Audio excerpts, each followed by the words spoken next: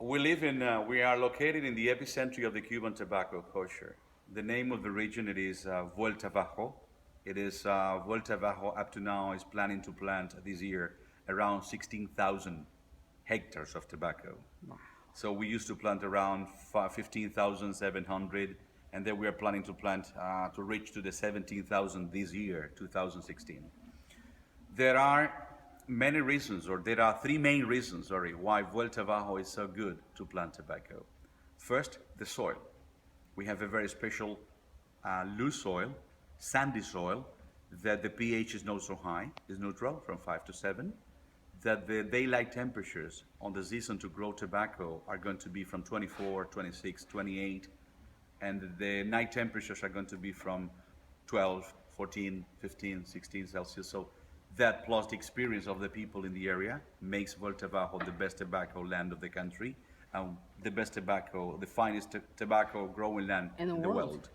And most of the tobacco farmers in the region, let me tell you that the culture of planting and growing tobacco, it is mainly a culture from family to family. It's been from family to family, descendants and generations and so on.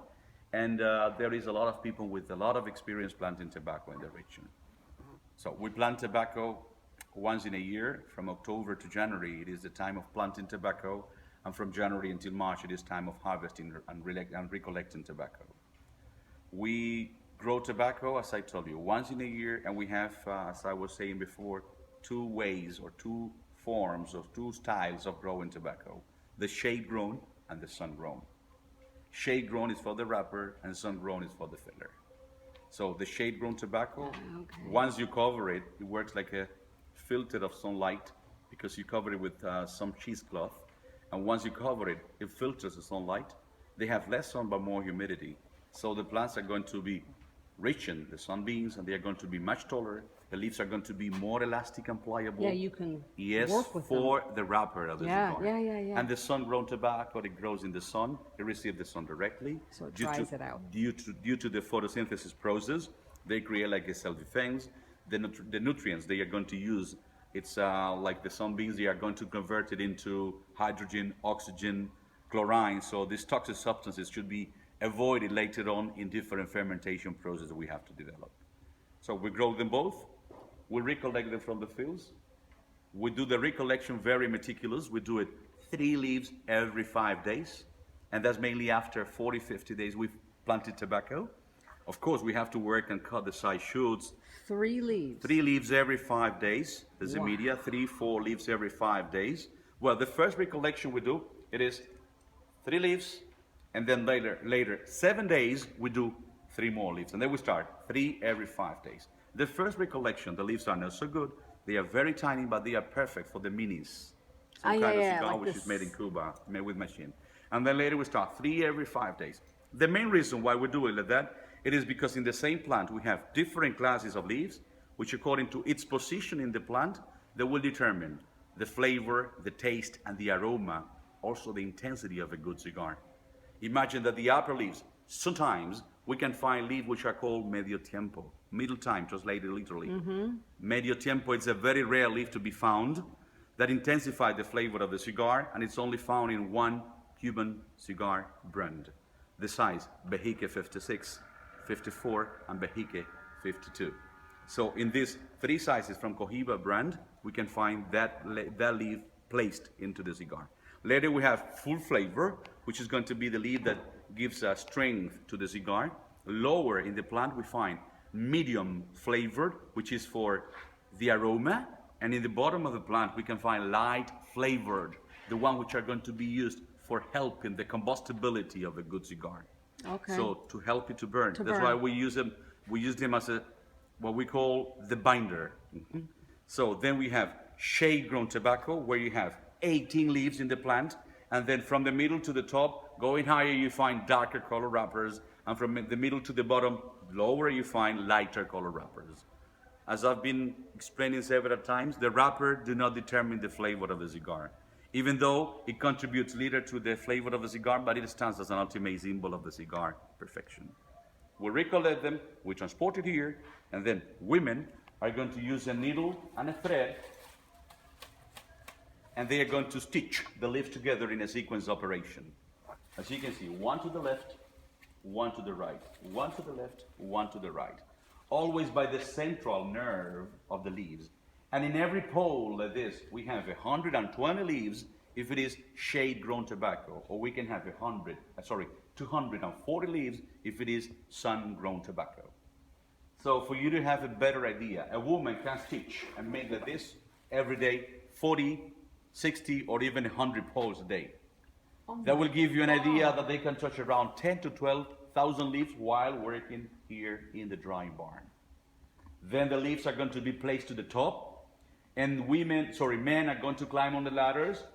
As it starts to lose water, progressively it changes its color from green to yellow, yellow to golden brown. We have to open the windows for the fresh air circulation.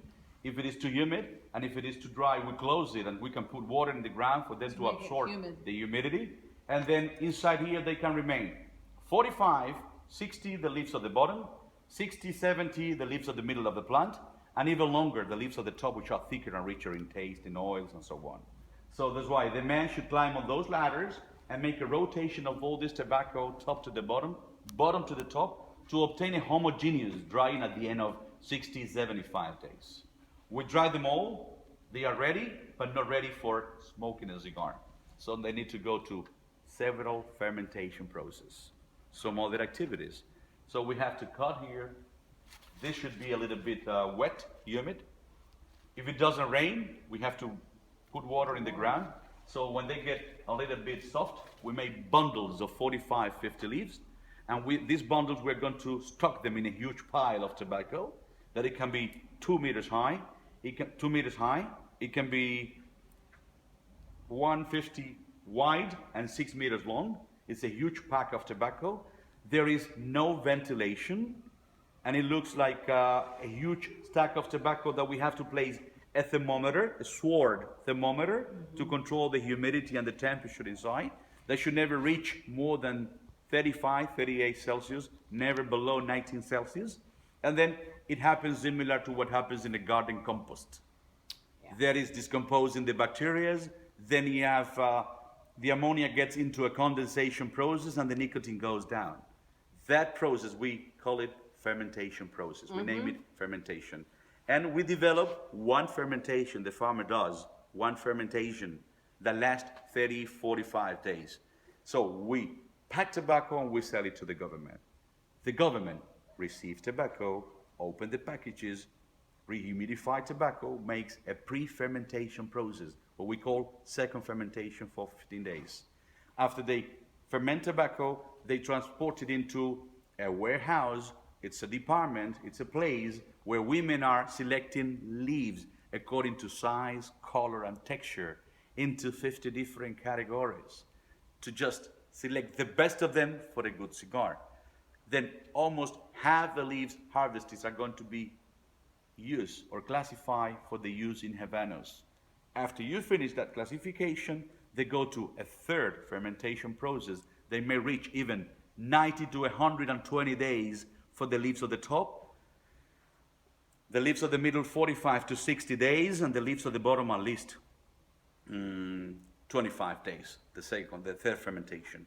And after that, we air and dry tobacco. They dry out tobacco in a kind of oven, we can say, which is completely closed, entirely closed. It's from the government. They control artificially the heat and the humidity. And then after dry it out, they go to pack tobacco in bales.